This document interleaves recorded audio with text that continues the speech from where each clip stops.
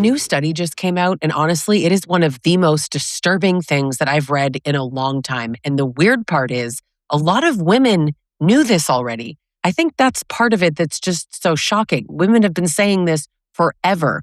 We have been pressured by men for sex. Men keep asking, men isolate us, they get us a drink, they use guilt, they use their friends, they keep touching after women say no or pull away. They hear no and they think it's the beginning of the negotiation.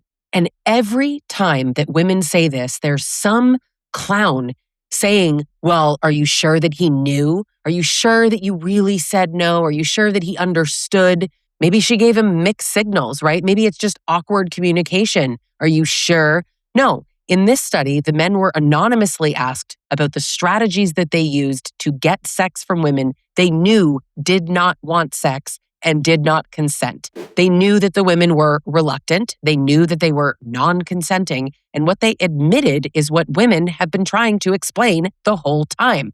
There's no confusion here. This is a strategy, and they outlined it clearly.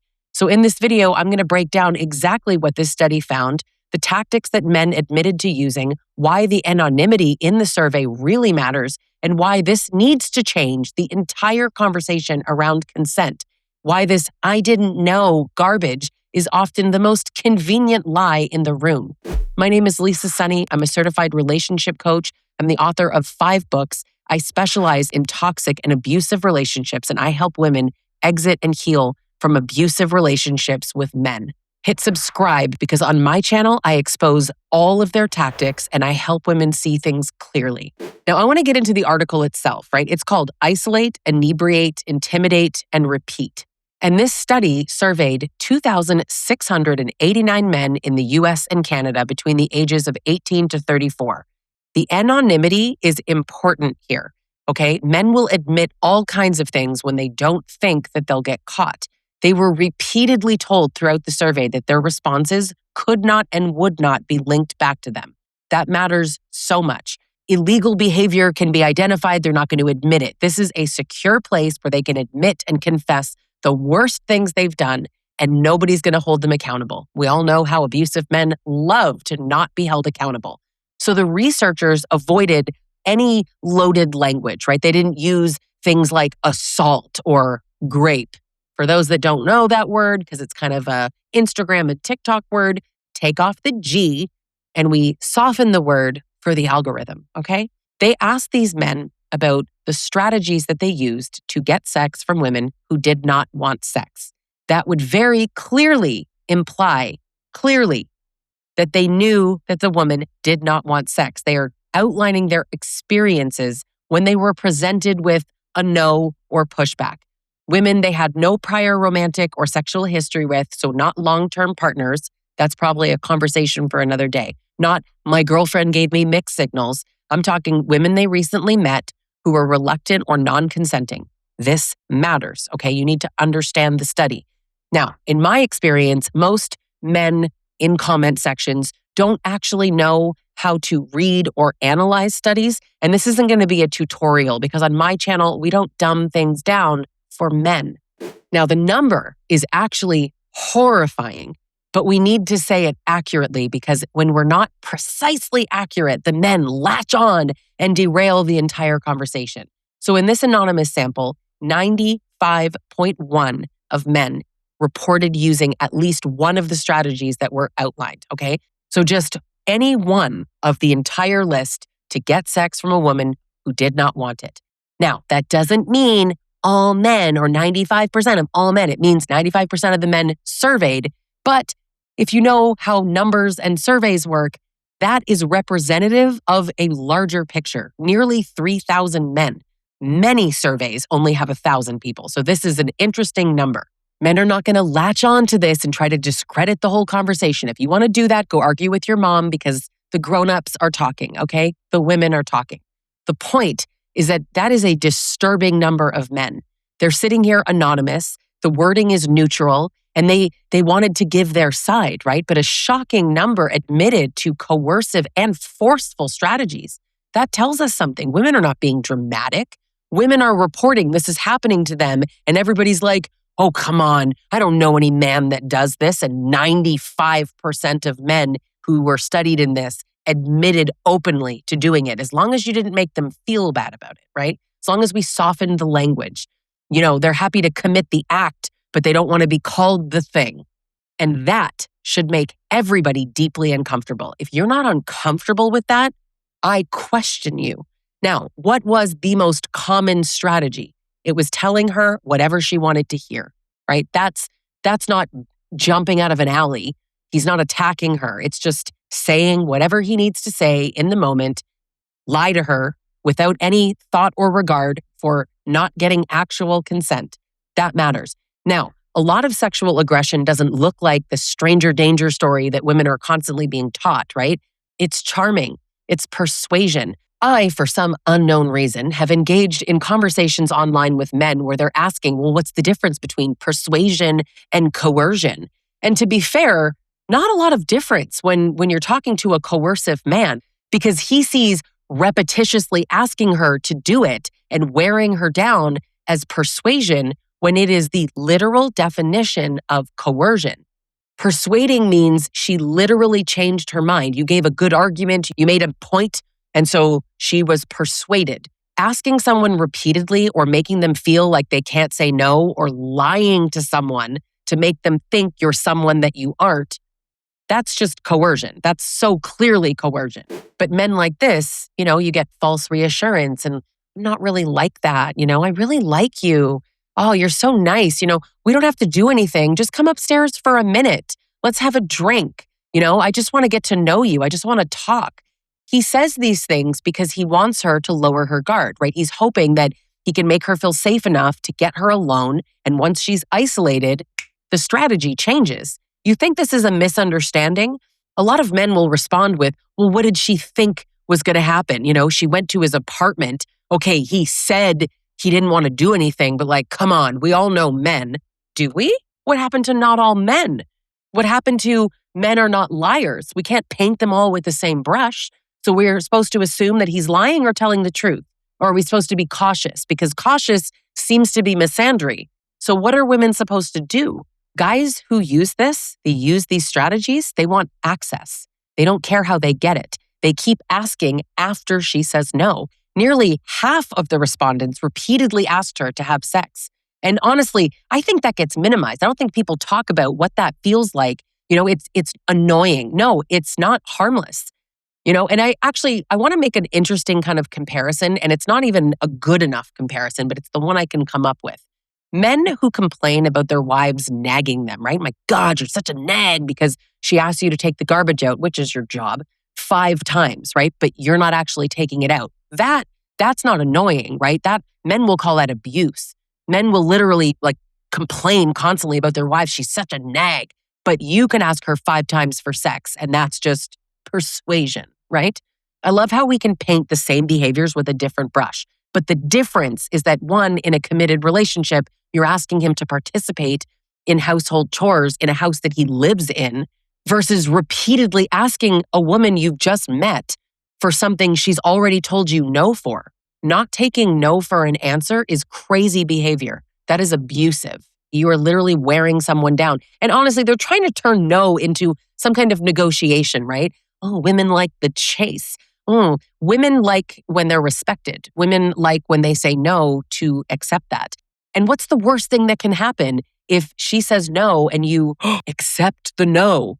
You don't get some that night. What's the worst thing that can happen if she says no and you repeatedly ask her over and over, right? Something bad happens. You've committed a crime, but it's probably not provable, right? You'll tell yourself that she consented because you don't want to be the word that we're all saying. So we know what this teaches men, but it also teaches women that a no is not going to be respected unless you defend it over and over and over. Well, how many times did you say no? Did you say no firmly? Don't be rude. Say no kindly. Why were you so rude to him? Nothing works. Men like this, they know that repeatedly, frankly, begging, coercing, pressuring, they know that it works. They know that eventually a lot of women will stop resisting because resisting is kind of costly. Something bad happens. And it's not because she wants it, but men like this, they don't care if she wants it. They care what they get. Consent that comes after pressure doesn't tell you that she wanted you. She surrendered. And the thing is that is absolutely sick is that so many men absolutely know that. They just admitted it in the study. It's surrender. She gave in. So you got what you wanted. She didn't want it. And you were absolutely okay to have non-consensual sex. And there's a 4-letter word for that. Another part of the study that needs a lot more attention, they used friends and they used social settings, right? So they reported using groups to help them get what they wanted. And I'm not talking wingman stuff. Having a female friend around to make a woman feel safe, they intentionally go to bars with female friends. And these women, likely unknowing, right, are playing the, well, wingman, I guess, in this scenario. And they are providing this sort of quiet service of, he's a safe guy. He's got female friends. That's horrifying. Men are using women as safety cues. Pretty sure there's a lot of serial killers that have done exactly the same thing, right? If a woman is there, you immediately feel safer, especially if a woman's like, I know him, he's such a nice guy. She probably doesn't know what she's setting up, right? Because nobody thinks that they know these men. Everybody has had this happen to them. All the women I know and speak to, and it's thousands of women. We know the studies. Women have experienced this, but nobody knows a man who's done it. We all know men who've done it. These men are your neighbors, your pastors, coaches, teachers, plumbers, electricians, doctors, lawyers, bankers. They're everywhere. No one is exempt from this. We need to see it as it could be anyone. And it's not fear-mongering. It is normal, rational caution. Everyone assumes that if there's a group around, someone's going to intervene, but the study shows that peers can be a part of the coercive environment, sometimes knowingly, right? Not always, maybe not fully knowing, but the result is the same. So something bad is happening to these women while everyone around her is just helping make it look normal. Now, the pattern was identify, isolate, inebriate, intimidate. That was the pattern. And the title of the article says so much, right? This is the social script. Find the woman, read her vulnerability, get her away from others, use alcohol or drugs when available. And I think what's also interesting is there's kind of this trend on social media and reels and TikToks that I've seen where men are like pouring sleepy medicine in their wives' wine or coffee or whatever so that she's tired, passes out so that you can kind of take advantage and it's a joke. Haha, so funny. I'm going to R-word my wife. I don't understand the humor, Men want to make it so that they can get what they want no matter what.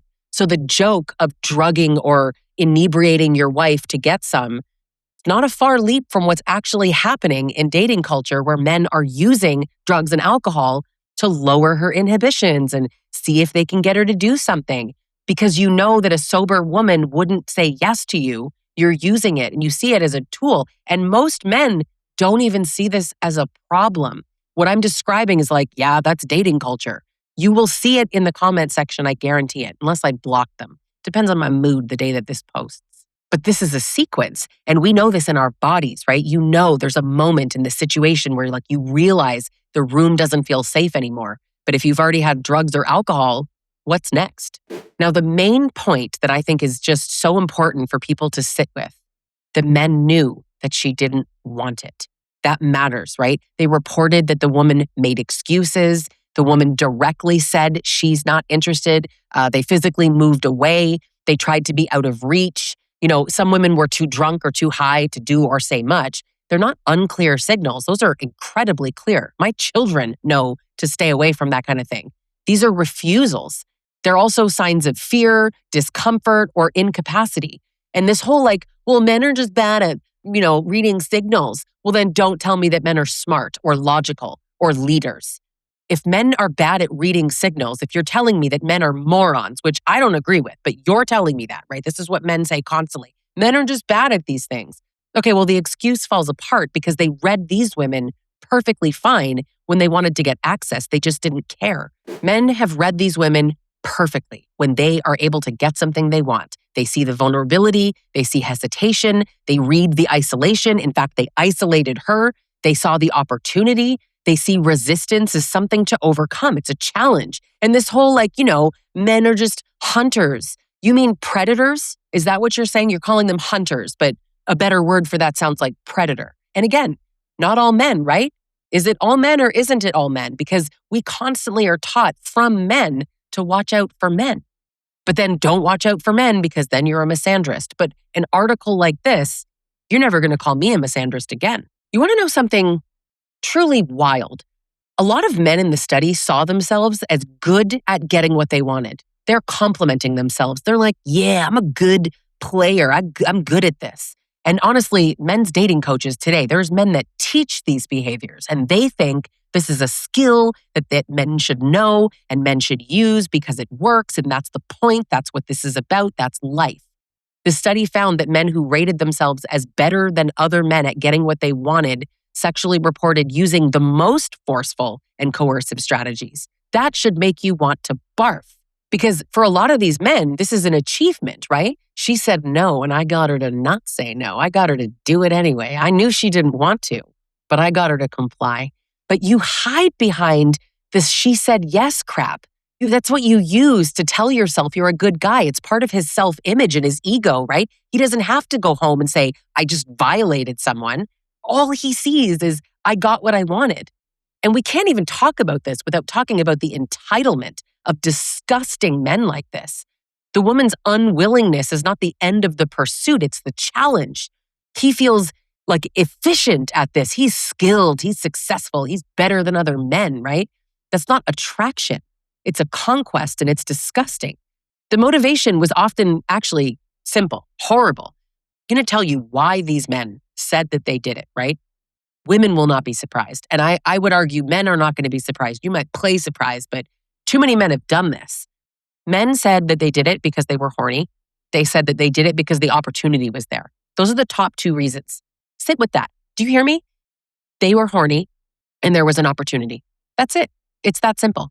It's not because he thought that she wanted it or like there was a mutual connection or he was unclear, he really didn't know. Because that's the thing, right? Whenever a woman claims that she was sexually assaulted, it's always like, maybe she was unclear. They know she wasn't unclear. They are reporting she was crystal clear, but I was horny. She was crystal clear, but there was an opportunity for me to keep pushing it, so I did, right? He wanted sex. She was there. He had access. He could try. Why not? The opportunity was right there. What do you expect me to do? Not R-word someone? That's crazy, right? That's crazy. It's crazy. They don't treat women like humans. Women's bodies are just available opportunities. Not humans with fear, opportunities. And you know, every so often when I make videos, particularly around sexual coercion, sexual assault, you always have some clown in the comments going, you seem angry. You should go to therapy. Therapy's not going to cure me of my rage. You should be angry. Anyone not angry at this, you need therapy to process why you're not angry at some of the most disgusting injustices towards women. I don't even understand women that are not upset about this. And my goal here is not to say women shouldn't date men or that all men are bad. It's that we don't know which ones are bad because they're cosplaying good men. Now, what's interesting is that, and I say delusional, not literally delusional, figuratively delusional, most men reported no negative outcomes. Isn't that interesting? I think it was one of the most enraging findings in the whole study. What does that mean? There were no bad consequences. There was no cost to them doing it. So why would they stop? There's no consequences. What has been studied, not in this study, other studies, is that consequences matter hugely. When there are consequences for violence against women, it reduces. But here they reported nothing bad happened, right? There's no fallout. Only a tiny number mentioned an accusation or charges. Some of them described the positive outcomes, right? They got sex, they got friendship or friendship-related outcomes, they got a good time, they won, they got what they wanted. And that matters because behavior repeats itself when it works. So he's learning, he pressured her, so what? She's just a woman, who cares? He got what he wanted, and then nothing bad happened. So he's gonna go do it again to another woman. Good job, world, right? But God forbid we acknowledge that we're living in a patriarchy. This only happens because we're living in a patriarchy. Women get everything. Do we? Because it sounds like we get assaulted. If he faces no consequences, if he can tell himself that his behavior was fine, why would he stop? The absence of consequences is part of the permission structure. And honestly, the whole miscommunication excuse that everybody makes, this is now destroyed, okay? Sexual communication can be a little bit awkward, right? People can misunderstand each other, and consent education matters. But this study isn't about any of those things. It's not about mutual confusion, or it is men describing strategies. They knew women didn't want sex. So the strategy means there's a goal, but there's a barrier, which is her saying no or implying that she's not interested. Now he has to put in effort to overcome the barrier. And the barrier is her lack of consent. And that's the part that people have to stop making it sound like it's no big deal or it was confusion. Her no was just in the way, so he friggin' worked around it. And this is why women freeze, fawn, and just go along with it sometimes, because they're judged for how they respond, right? Why didn't she leave? How come she didn't say no? Did she scream? Did she fight? Why'd she go upstairs? But the question, let's even pause there. Why did she go upstairs? So let's say he invites you back and he's like, hey, we'll have a drink. And she's like, I don't want to go in. And he's like, no, no pressure. I'm not putting anything on the table. I promise you, just a drink. And she goes in. She's the idiot for believing him. Why is she the idiot for believing him? I'm just curious. Was the mistake believing a man? Was that the mistake that she made? Is it because men are not trustworthy? But then you shove not all men? Yeah, we're not really getting anywhere. The math will never math. This is the thing that women are waking up to now. And I actually love it. I love watching women wake up and really realize it, right? She's dumb for trusting a man. That's what men say. Women say it too, but men say that, right? She knew what did she? Why did she know? She shouldn't trust him? Interesting, right? Why didn't she get more loud? Why did she stay so polite? How did she say no? Did she laugh? Did she freeze? Because women are taught to laugh and sort of make light of dangerous situations, right? We're doing that threat assessment right there in the moment. Is he angry? Is he stronger? Am I alone? Are his friends here? Can I get out? Will he hurt me if I say no harder? Will he humiliate me? Who's around me right now? Will anyone help? The things that are flying through our brains. We're probably operating in most cases from a place of a survival strategy. So compliance can be a survival strategy. And men know that. You realize she's trying to survive. She's hoping you don't kill her. So being R-worded is better? What on earth? Why are we not just naming this? This is a problem that men are having. Men are the problem in this. It's not women that are the problem. It's men. And you want to make it all, well, both people have a side to this. And shut the hell up. I'm done with both sides. I actually think, I want to go back to that, my female friend made her feel safe. That is sketchy, right? Having a woman nearby lowers her guard. It makes the situation feel like it's not as predatory. It's like social proof. If this were unsafe, she wouldn't be here, right? He's got female friends. They think he's nice. He hides it from her. Men can hide these things from their wives. Of course, they can hide things from their female friends, but that's what makes it so disturbing, because women's trust in other women can be used against them. So we can't trust anybody, right? This is a scary situation to be out in the dating world. Abusive and predatory men recruit normalcy, right? They look charming and they have he's a good guy, and they get their female friends to say, he's a good guy, and women are happy to be that, but you're being part of something. And of course, not in all cases. I don't mean every woman's male friends are like this, but women, you don't know your male friends. You think you do. I don't care how long you've known him. You don't know him. Women keep making that mistake. The girl smiling beside him doesn't mean a damn thing. It doesn't mean that he's not dangerous. But let's even shift this, okay? This whole thing was not about in relationships. But the study looked at women the men had no prior sexual or romantic history with. Okay, but the tactics should still make every woman think about what happens inside relationships too. They're doing it to strangers, but they're not doing it to their wives. Be so for real. Repeated asking.